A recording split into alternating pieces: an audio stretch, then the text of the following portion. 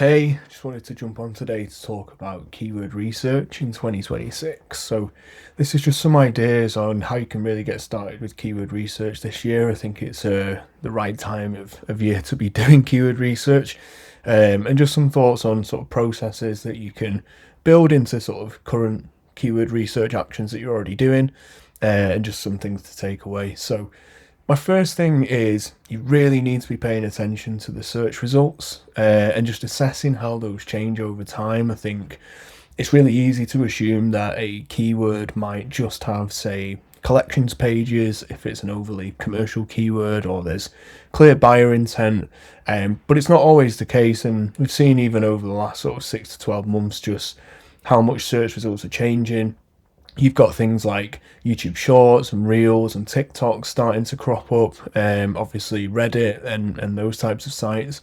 So I'll just show you an example here, which I thought was really interesting. So if we put something like oversized t-shirt into a Hrefs, we can look at the rate of SERP change over the last couple of years, which was initially, or you would assume oversized t-shirt. Okay, it's probably all commercial searches, or going to be collections pages, or maybe product pages. But actually, over time, what we're then starting to see, you've got the likes of Reddit, you've got a YouTube result in there as well. And that's just one very top level analysis, 2 seconds to do that in Ahrefs. And you can see how there's then opportunities at that commercial level for a collection. You can then very naturally start to build out subcategories off the back of that based on further size and color variants, things like that. But there is clearly also an informational element to that search result. So when it comes to doing that research, like, don't just assume that because there isn't a how or a what type of modifier, that there won't also be that element in the search results. And that's really important to consider. And certainly, as the prominence of these social media platforms and how they're getting listed in search results, they're obviously really useful for people as well. So it's hard to see how they're going to be sort of disappearing anytime soon. I think, if anything, it's going to be something that is a non-negotiable for 2026. So yeah, just no assumptions on what might be showing for a keyword based on things that you might have seen in the past. Just staying on top of how search results are changing and how you can, I guess, modify your content output to meet what the search results are ultimately showing for that given query or for a certain cluster. And this ties in nicely with the second one on content outside of your website. So let's say we're planning out some informational content, how to style wide leg trousers. Straight away, the overviews, you've got a YouTube result there. And then you've got like a best of article and different things like that, and then straight to video results again. So before, and short videos. So before we're even actually looking at sort of article level opportunities, straight away, that's a really nice opportunity at brand level to build that organic presence outside of just sort of optimizing on the site. We know with these types of larger brands, I'm sure there's ample sort of volume opportunity and click opportunity and organic traffic opportunity for a guide like this. But we're now in an era where it's not just what is going to be driving clicks to the site, it's that broader organic brand visibility. So just again, I guess it goes back to the first point and being aware of the search results and what's actually showing.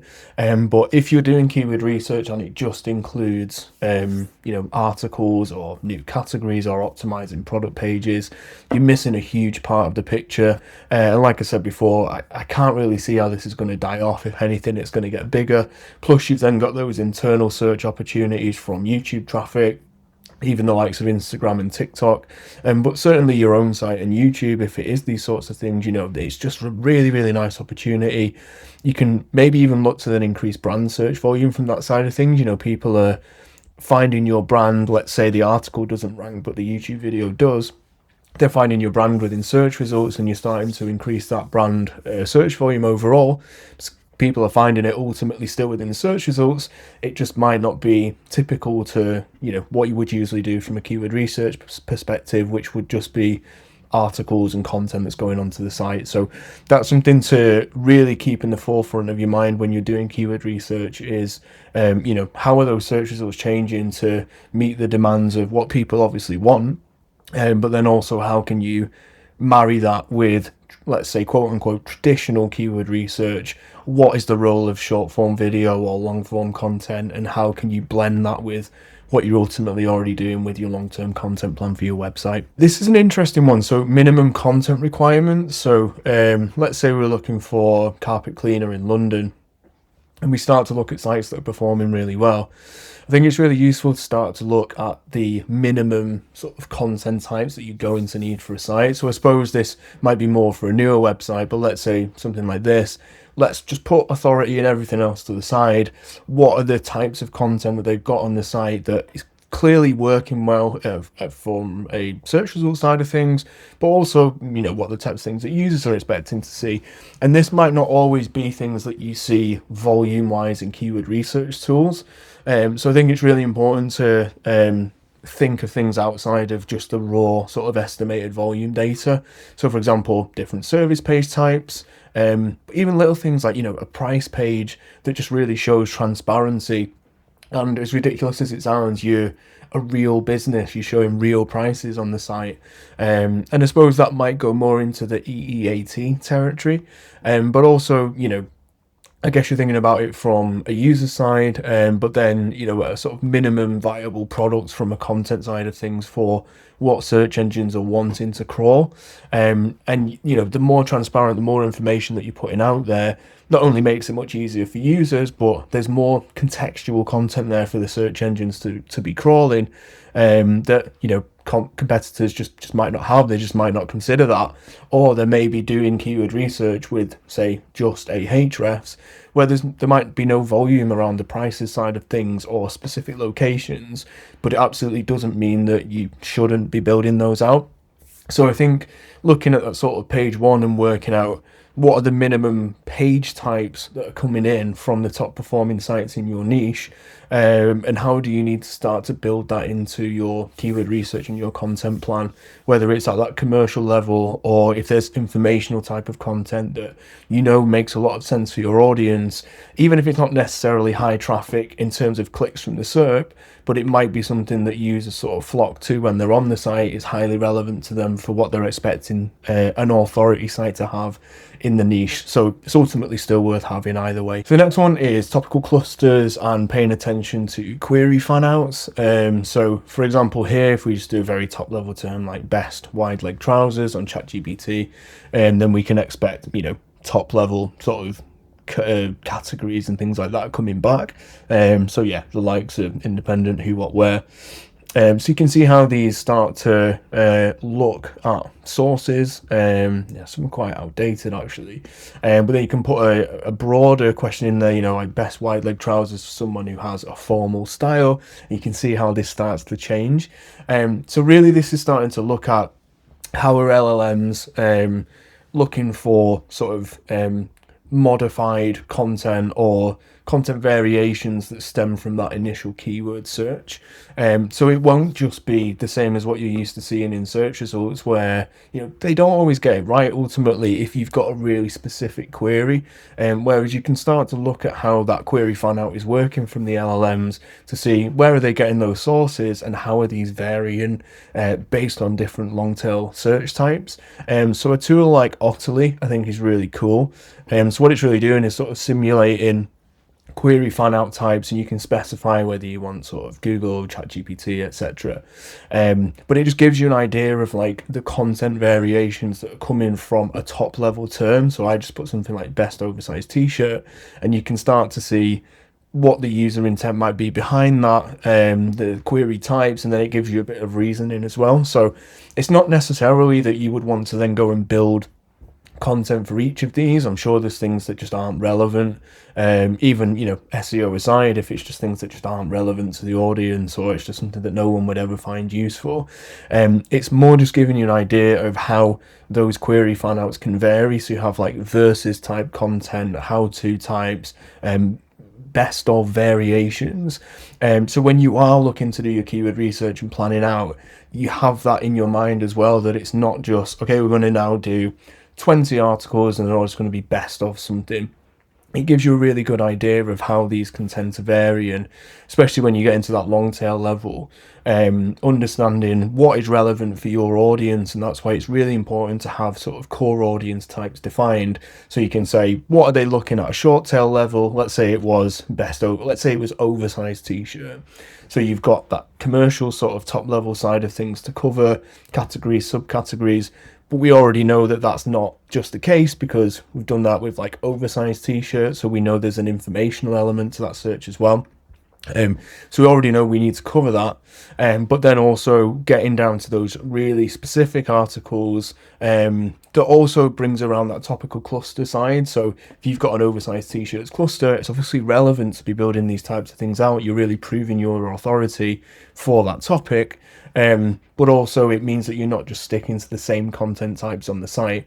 So when you're doing, say, these how-tos or the best ofs, there's very clear opportunity there to do video content alongside it. So like I keep saying, it's almost like it's not just SEO anymore in the traditional sense of what's coming into the website. So the likes of LLMs, they're going to find YouTube sources and things like that as well. So we're in a really nice place, I think, in 2026, where it's not just about the website. And you keep hearing things, I mean, SEO has been dead for however long now, but actually I think it's really exciting, because it's not just the website, whether you're getting the information specific to the website or not. It's now about broad organic brand visibility and really proving your authority across those platforms that aren't just showing in the traditional search results. You've got all the LLMs to consider as well. So I think, using something like this, maybe not necessarily just taking what's there and building content out, but using that to look at the content opportunities that might come from more specific content types that you might not be able to find from traditional sort of keyword research tools. Considerations on commercial content. So I just wanted to show a really nice example of how this is done. Let's say blue t-shirt or something like that. Most modern e-commerce platforms are just going to naturally have sort of size and color filters blocked in the robots text file, which absolutely fine. We don't want all those variants to be indexed, but you are missing out on a lot of opportunities, because there is absolutely search volume for something like large t-shirt or blue t-shirt or blue oversized t-shirt, whatever it might be. And so flannels do this really well, because it looks like sort of traditional modifiers to a search here. So like you can do it by color, by style, etc. But these are all indexable. So it's a really nice way of doing it, because those filters that are sort of built into the site are ultimately still blocked on the robots text side. But you can sort of build out those and have very specific indexed variants that don't sort of cause any hassle on a robots text side or with your no index, or however you want to approach it. So you're not missing out on those sort of more specific subcategory opportunities, and just making sure that they're obviously optimized. So from a commercial side, this is one of the most important ones, I think, because it's something that I see a lot of sites when I'm auditing, that especially for e-commerce, there's loads of opportunities at this level, and site owners just think, well, yeah, there's a filter for blue or yellow or whatever it might be, but obviously the opportunities there, but they're just not going to get indexed, because those URLs don't technically exist from a sort of HTML side of things, in terms of absolute URL paths.